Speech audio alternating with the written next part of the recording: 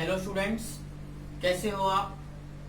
Metallurgy हम discuss कर रहे थे और मेटलर्जी में या बोलूं मैं principle of extraction of elements में मैंने आपको वेरियस प्रोसेसेस कराई हैं, जैसे beneficiation, concentration, leaching, roasting, calcination, bessemerisation, poling, ये सारी मैंने प्रोसेस आपको करवाई। लास्ट टाइम में मैंने आपको रिफाइनिंग से रिलेटेड चीजें कराई थी। आज हम एक एक एलिमेंट को, जैसे कॉपर है, आयरन है, एल्यूमिनियम है, इनके जो और मिलते हैं उनको स्टार्ट करके उनका एक्सट्रैक्शन हम देखेंगे। ठीक है, तो आज मैं आपको पहला एलिमेंट कॉपर जो है उसके जितने और मिलते हैं उनका एक्सट्रैक्शन कराऊंगा। बेसिकली जो कॉपर के और मिलते हैं earth crusting, these are copper pyrite. Copper pyrite मैंने ऊपर भी लिखा हुआ है CuFeS2। ठीक है, कॉपर ग्लैंस, मेलाचाइट और एजुराइट और ये सारे के सारे कॉपर के ओर पाए जाते हैं। पर आपके सिलेबस में सिर्फ कॉपर का एक और है जिसको आपको एक्सट्रैक्ट कराना है, जिससे कॉपर अलग कराना है, that is known as copper pyrite. तो स्टार्ट करते हैं हम कॉपर पाइराइट से कॉपर का एक्सट्रैक्शन। देखो, इसमें सबसे पहली प्रोसेस क्या होती है, जो कॉपर पाइराइट है सबसे पहले आपको उसका फॉर्मूला आना चाहिए, that is CuFeS2। This is copper pyrite. ठीक है, आप इसको क्या करते हो, क्रशिंग और ग्राइंडिंग। इस कॉपर पाइराइट को जमीन से निकालने के बाद बड़े बड़े मिल में ले जाकर इनको क्रशर से छोटे छोटे पाउडर की फॉर्म में हम कन्वर्ट करा लेते हैं। बड़े बड़े स्टोन के रूप में मिलते हैं, जमीन से निकाला और उनको पाउडर के फॉर्म में कन्वर्ट कर देते हैं with the help of grinders, and this process is known as crushing and grinding. और क्रशिंग और ग्राइंडिंग के बाद जो आपको और मिलेगा, it will be in the form of powder. और ये जो पाउडर्ड ओर है इसका हम बाद में फ्रोथ फ्लोटेशन करवाएंगे, कंसंट्रेशन करवाएंगे। और कंसंट्रेशन की कौन सी प्रोसेस का इस्तेमाल करेंगे, फ्रोथ फ्लोटेशन। मैंने फ्रोथ फ्लोटेशन में आपको कराया था कि जो पाउडर्ड ओर होगा उसमें आप थोड़ा सा वाटर डालें और वाटर में ऑयल डालें। ऑयल आप दो इस्तेमाल कर सकते हो, आइदर पाइन ऑयल और यूकलिप्टस ऑयल, और उसमें से आपको एयर पास आउट करनी है। ठीक है, और इसमें आप डिप्रेसेंट भी यूज कर सकते हो, स्टेबलाइजर भी यूज कर सकते हो। ये मैंने आपको फ्रोथ फ्लोटेशन में कराया हुआ है। तो फ्रोथ फ्लोटेशन टेक्निक से करेंगे क्या, पाउडर्ड ऑयल में, सॉरी पाउडर्ड ओर में पाइन ऑयल, यूकलिप्टस ऑयल डाल करके उसका फ्रोथ बनवाएंगे, उसका झाग बनाएंगे। और जो फ्रोथ बनेगा उसमें बेसिकली कौन से और होंगे, उसमें बेसिकली आपके पास सल्फाइड और होंगे।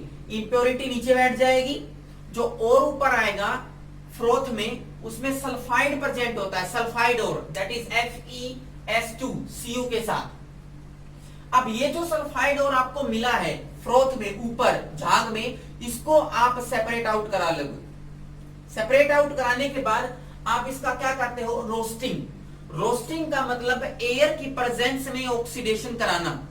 ठीक है, एयर की प्रेजेंस में। अब देखो, मैं रिएक्शन लिखी हुई है, that is CuFeS2 copper pyrite है जो कि पाउडर की फॉर्म में था, फ्रोथ फ्लोटेशन से मेरे को मिला था। मैंने उसको ऑक्सीजन की सप्लाई में रिएक्शन कराया, हीटिंग कराया, दिस इज योर हीट। मैंने इसको हीट कराया।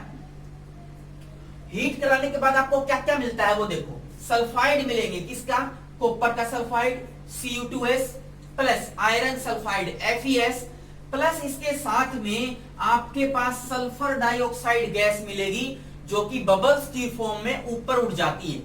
जिस फर्नेस में, जिस भट्टी में आप इस रिएक्शन को करवाओगे उसमें SO2 गैस है, वो फ्लास्क फर्नेस में से या मैं बोलूं भट्टी में से ऊपर की तरफ उठ जाती है। अब देखो, यहां पर ये जो दो सल्फाइड आपको मिले हैं, कॉपर का sulphide Cu2S and iron sulphide Fe2S, these collectively known as कॉपरमेटिक। इनको एक नाम दिया जाता है कॉपरमेटिक। कई बार एग्जाम में क्वेश्चन आता है कि व्हाट इज कॉपरमेटिक। तो collective sulphide form of copper and iron Cu2S plus FeS collectively known as copper matte. इस SO2 का क्या इस्तेमाल है, देखो SO2 जो होगी वो गैस की फॉर्म में, बबल की फॉर्म में उड़ के ऊपर जाएगी। पर जो ही ये ऊपर की तरफ उठ के जाती है, इसका अपना एक ब्लिस्टर फॉर्म में कलर अपीयरेंस होता है। ब्लिस्टर्ड बबल्स की फॉर्म में ये कलर प्रोड्यूस करती हुई ऊपर उठती है, एंड दैट्स व्हाई ये जो कॉपर का हम एक्सट्रैक्शन करा रहे हैं, इसमें जो कॉपर आपको दिखेगा वो थोड़ा सा शाइनिंग, चमकता हुआ ब्लिस्टर की फॉर्म में दिखेगा, and that's why this copper is also known as blistered copper. ये भी कई बार क्वेश्चन पूछा जाता है कि व्हाट इज ब्लिस्टर्ड कॉपर। कि आपको याद रखना है कि जब हम कॉपर की रिफाइनिंग कराएंगे फ्रॉम द कॉपर पाइराइट, उस केस में SO2 गैस प्रोड्यूस होती है इन द फॉर्म ऑफ ब्लिस्टर, ठीक है। और वो जो ब्लिस्टर अपीयरेंस की वजह से ही इस कॉपर को हम कॉपर ब्लिस्टर्ड कॉपर बोलते हैं। तो दो चीजें याद रखनी है, कॉपर मेटे क्या है और ब्लिस्टर कॉपर क्या है। कॉपर मेटे क्या है, कॉपर का सल्फाइड Cu2S और आयरन सल्फाइड के मिक्सचर को कॉपर मेटे कहते हैं। अब इस रोस्टिंग के बाद आपको स्मेल्टिंग करनी है। रोस्टिंग क्या था, आपने इस कॉपर पाइराइट का पहले ऑक्सीडेशन कराया, अब ऑक्सीडेशन कराने के बाद इसका रिडक्शन कराना है, और रिडक्शन कराने की प्रोसेस को ही हम क्या बोलते हैं, स्मेल्टिंग बोलते हैं। अब देखो स्मेल्टिंग क्या करेंगे, जैसे आपके पास ये रोस्टेड ओर मिला, कॉपर मेटे मिला, रोस्टेड ओर, इसको आप कार्बन की प्रेजेंस में हीट कराओगे। स्मेल्टिंग वही होती है। स्मेल्टिंग का मतलब किसी भी ओर को जो कि हमें रोस्टिंग के बाद मिला है, उसको किसी भी रिड्यूसिंग एजेंट की प्रेजेंस में रिएक्शन कराना है। यहां पर मैंने कार्बन ले लिया और उसको हीट करा रहा हूं, और जिस भट्टी में, जिस ब्लास्ट फर्नेस में मैं इस रिएक्शन को करवाऊंगा, उसकी जो दीवारें होती हैं, कवरिंग होती है, लाइनिंग होती है, उसमें मैं सिलिका लगा देता हूं, SiO2। इस SiO2 का क्या काम होता है मैं आपको बाद में बताऊंगा। पहले सिर्फ आप याद रखो कि जो स्मेल्टिंग की प्रोसेस है, रिडक्शन करा रहा हूं मैं, स्मेल्टिंग की प्रोसेस है, ये एक ब्लास्ट फर्नेस में की जाती है। और ब्लास्ट फर्नेस में जो प्रोसेस की जाती है मैंने आपको बताई थी, वो कैसी होती है, बेसमराइजेशन। तो बेसिकली क्या हो रहा है, रोस्टेड ओर को मैं कार्बन से रिएक्शन करा करके हीट करा रहा हूं, और हीट कराने के साथ साथ जो मैंने उस फर्नेस की दीवारें जो ली हुई है, वॉल है, उसको मैंने सिलिका की लाइनिंग से, सिलिका से कवर अप कर दिया है। इसका रीजन बताऊंगा मैं क्यों। तो देखो अब इसमें होगा क्या, अब मेरे को पता है कि कॉपर मेटे में दो पोर्शन है, CuS एंड FeS। तो FeS आयरन के सल्फाइड के साथ क्या होता है वो देखो, जब आयरन का सल्फाइड ऑक्सीजन से रिएक्ट करेगा ब्लास्ट फर्नेस में, बेसमराइजेशन में, तो वो आयरन का ऑक्साइड बनाएगा और यहां से SO2 गैस निकल जाएगी। ये जो आयरन का ऑक्साइड FeO बना है, इस आयरन ऑक्साइड को आप सिलिका SiO2 से रिएक्ट कराओगे। SiO2 कहां लिया था मैंने, SiO2 को मैंने बताया था जो मैं ब्लास्ट फर्नेस इस्तेमाल कर रहा हूं, उसकी जो लाइनिंग है, दीवारें हैं, उस पे मैंने सिलिका की कवरिंग की हुई है। वो सिलिका की कवरिंग इसीलिए की जाती है ताकि आयरन का ऑक्साइड जब बने तो वो आयरन का ऑक्साइड उस सिलिका से कंबाइन करे SiO2 से, और एक स्लैग बनाए आयरन सिलिकेट FeSiO3, और ये आयरन का सिलिकेट उन दीवारों पे चिपक जाएगा। बात समझ में आ रही है।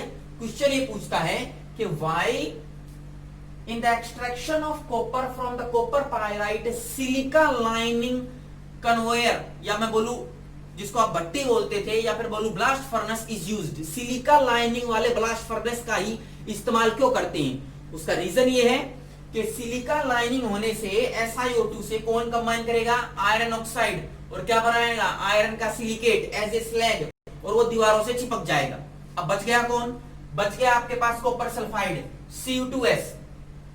Cu2S का क्या करोगे, Cu2S में भी ऑक्सीजन पास करनी है, ब्लास्ट फर्नेस है, ऑक्सीजन हाई अमाउंट में जाएगी, बेसमराइजेशन कराना है, ऑक्सीजन की प्रेजेंस में रिएक्शन कराओगे, क्या बनेगा, कॉपर ऑक्साइड, सल्फाइड का ऑक्सीडेशन हो गया, कॉपर ऑक्साइड बना, और SO2 गैस फिर निकल गई। ये जो कॉपर ऑक्साइड आपका बना है, ये ऑटो रिडक्शन में जाएगा, लिखा हुआ है मैंने ऑटो रिडक्शन। अब ऑटो रिडक्शन क्या होती है, ये मैंने आपको लास्ट लेक्चर्स में, जो आप पीछे के वीडियोस देख सकते हो, ऑटो रिडक्शन कराया था। किसी भी मेटल का ऑक्साइड है, उसको उसी के मेटल के सल्फाइड से अगर मैं रिएक्ट करा दूं, तो बेसिकली आपको वो मेटल मिल जाता है, and this process is known as auto reduction. ठीक है, जैसे देखो यहां पर मेरे को कॉपर सल्फाइड का ऑक्सीडेशन कराने से कॉपर ऑक्साइड मिला।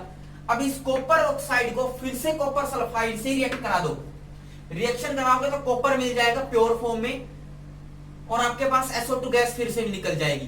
तो ये जो प्रोसेस है, कॉपर ऑक्साइड की reaction with copper sulphide, this is known as auto reduction, इसको ऑटो रिडक्शन बोलते हैं।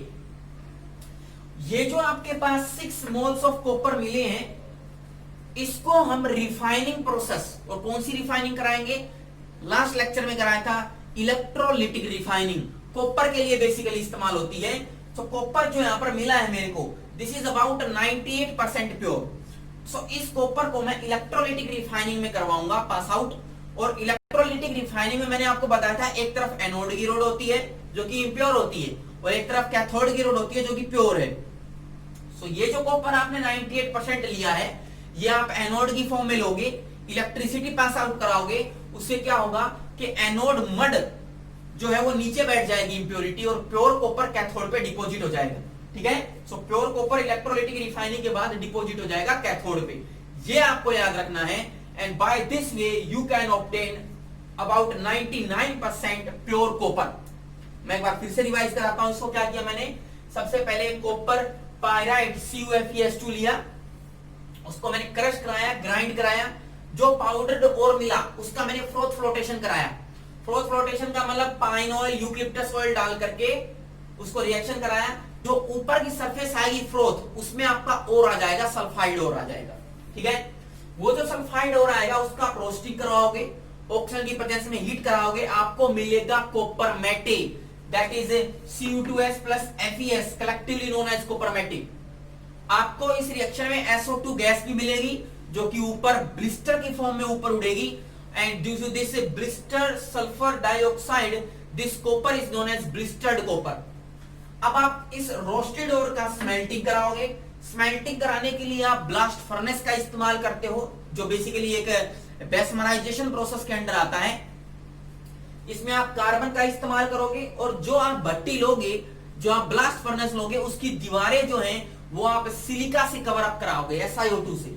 इसका बेनिफिट क्या होगा, इसका बेनिफिट ये होगा कि जो कॉपर मेटे में आयरन सल्फाइड था वो पहले ऑक्सीजन से रिएक्ट करके आयरन ऑक्साइड बनाएगा, और ये आयरन ऑक्साइड उस सिलिका लाइनिंग से कवर अप करा करके मिल करके एक स्लैग बनाएगा, FeSiO3 आयरन सिलिकेट, और ये उस दीवारों पे चिपक जाएगा। इसीलिए क्वेश्चन आता है कि why silica lining is used in the extraction of copper. बचा हुआ जो कॉपर सल्फाइड है Cu2S, उसका ऑटो रिडक्शन होगा, पहले वो ऑक्सीजन से रिएक्शन करके कॉपर ऑक्साइड बनाएगा, ये कॉपर ऑक्साइड फिर से कॉपर सल्फाइड से मिलकर ऑटो रिडक्शन करेगा, और आपके पास 6 मोल ऑफ कॉपर मिलेंगे। This process is known as auto reduction. और ये जो कॉपर मिला है इट इज 98% प्योर। आप इसका इलेक्ट्रोलाइटिक रिफाइनिंग करा सकते हो, जिसमें आप हाई वोल्टेज सप्लाई करा करके एनोड और कैथोड दोनों कॉपर की होनी चाहिए। लास्ट लेक्चर में मैंने आपको कराया हुआ है, इसका इस्तेमाल करते हो तो एनोड जो होगा वो इम्प्योर कॉपर लोगे, और जो कैथोड होगा वो प्योर कॉपर लोगे। तो जो इम्प्योर कॉपर है उसमें इम्प्योरिटी प्लस कॉपर है। ठीक है, एनोड पे जब आप इलेक्ट्रिसिटी प्रोवाइड कराओगे तो impurity plus copper melt out करके सॉल्यूशन में नीचे चला जाएगा बीकर में, प्योर कॉपर डिपॉजिट हो जाएगा कैथोड पे, और इम्प्योरिटी मड की फॉर्म में नीचे बैठ जाएगी एनोड के नीचे, and that is known as anode mud. और 99% कॉपर आपको प्योर मिल जाएगा at cathode. So this is the process for the extraction of copper from the copper pyrite ore. Next lecture में मैं आपको आयरन और एल्यूमिनियम का एक्सट्रैक्शन कराऊंगा। तब तक आप इसको अच्छे से रिवाइज करो, नोट्स मैंने आपको जो दिए हुए हैं उससे आप स्टडी करो। कोई इसमें डाउट होता है आप मेरे को कमेंट बॉक्स में लिख सकते हो, मैं उसको दोबारा रिवाइज करवा दूंगा। नेक्स्ट लेक्चर में हम आयरन और एल्यूमिनियम का बॉक्साइट ओर से कैसे हम एक्सट्रैक्शन कराते हैं वो देखेंगे। तब तक के लिए थैंक यू।